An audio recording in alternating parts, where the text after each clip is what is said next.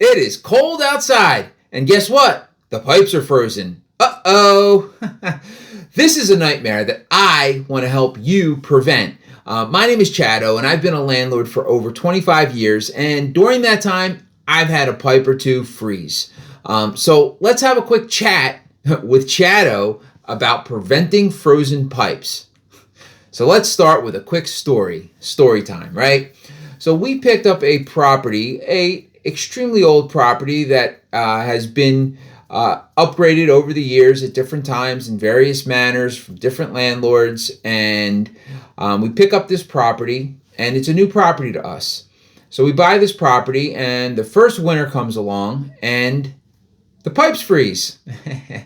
So long story short, comes to find out that under the one unit, it was a small crawl space, and it had the pipes running below the crawl space, and underneath that crawl space, the wind would kind of go right through and freeze the pipes. Every single time it got below, got below 25 degrees or so, those pipes would freeze. And luckily they didn't burst, but at the same time, having a tenant that doesn't have water is usually not a good thing. So that being said, we tried to look at different solutions to prevent that pipe from freezing in the future. And it was actually a very difficult thing to do. We tried a couple things, right? So we wanted to prevent airflow from going through. So we put on a new Bilco door because it had an old Bilco door to the basement, and then the crawl space was like in the back part of the basement.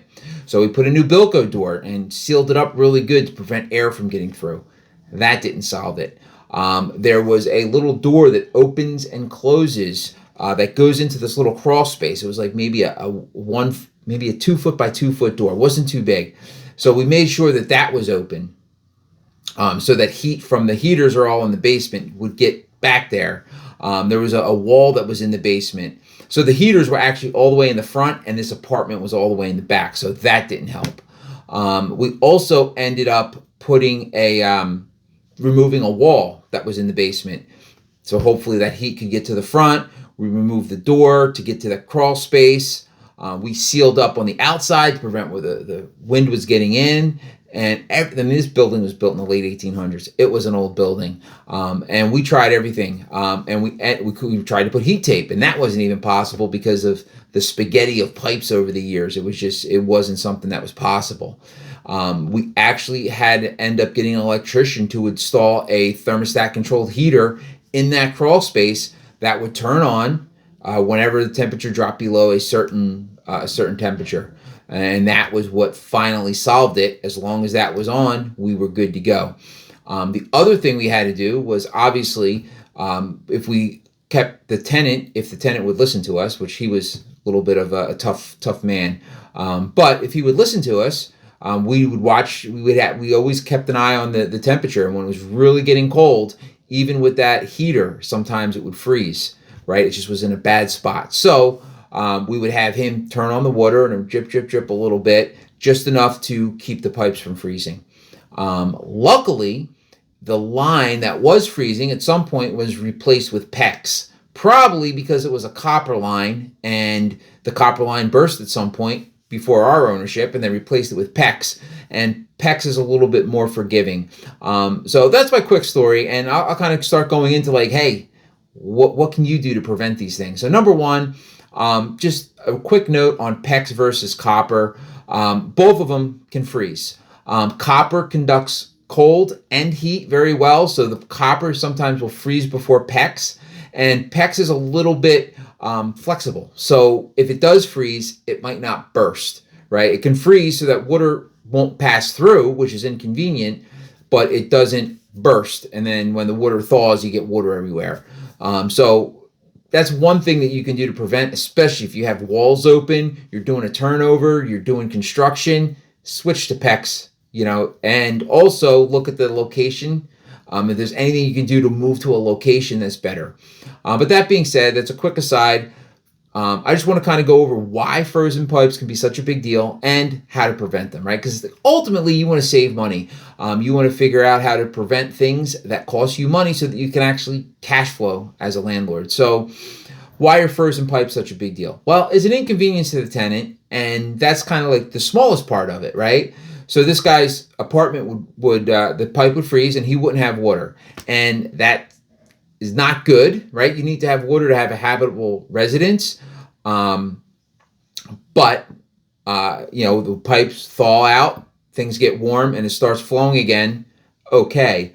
But a lot of times what happens is when that pipe freezes, it bursts. So the water is under pressure, right? And being that it's under pressure, it actually needs to get a little colder to freeze. And then when that pressure, when it actually does get cold enough to freeze, the pipe bursts, right? Because the frozen pipe, the frozen water takes up more volume than the liquid water.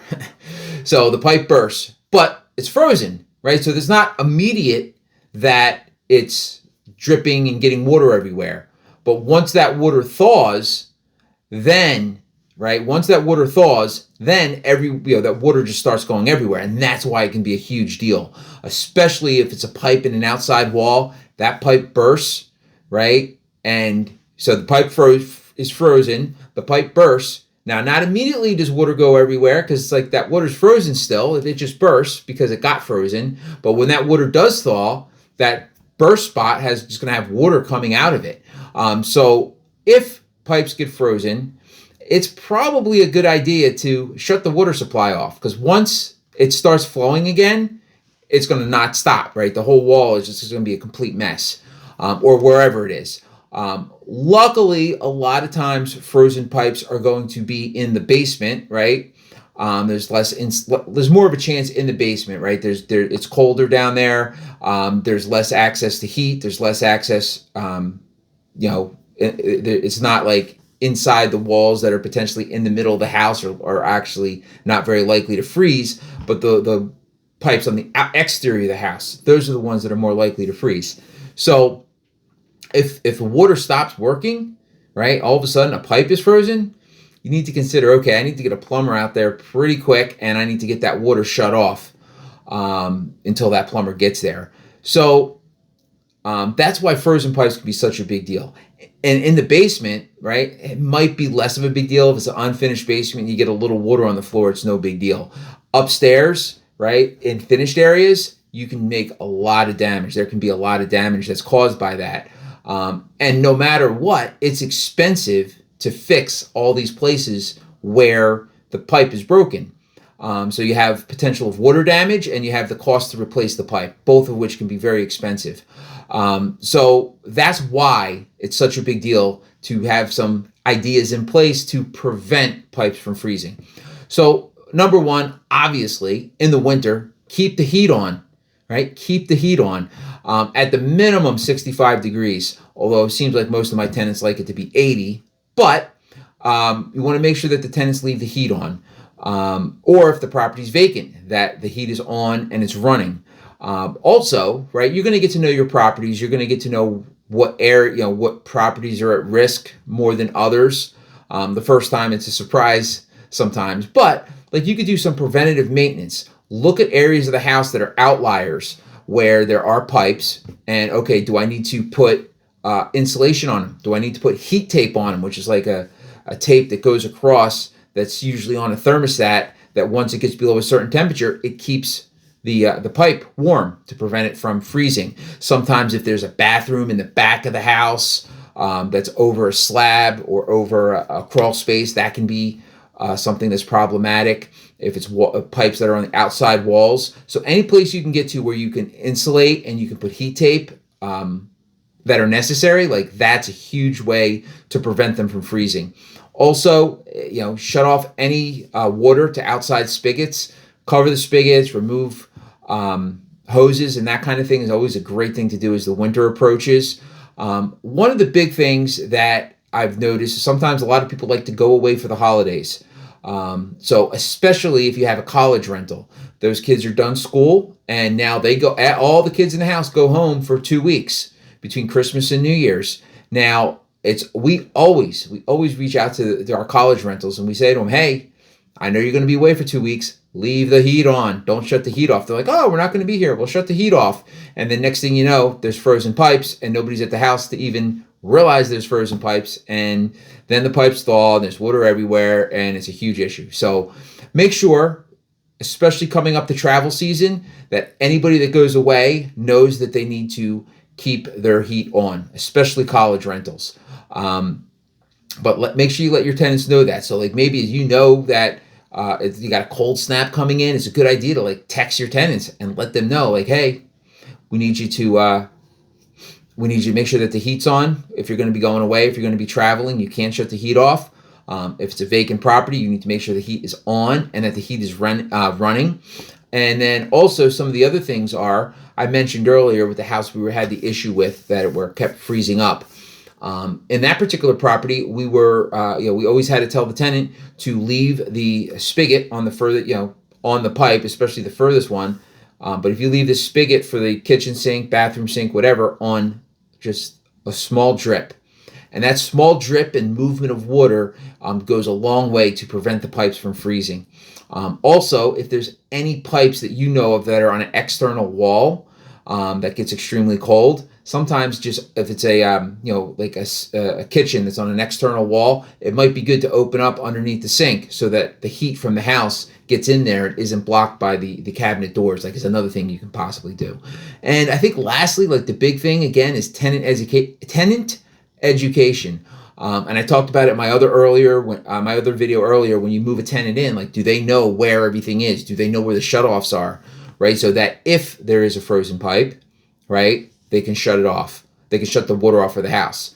Or if there's a frozen pipe and they don't realize it until there's water everywhere, like, stop the water, shut the water off, right? So like them knowing where the shutoff is amazingly important. And at the same time, you want that tenant to know to report any issues, especially when it's extremely cold out.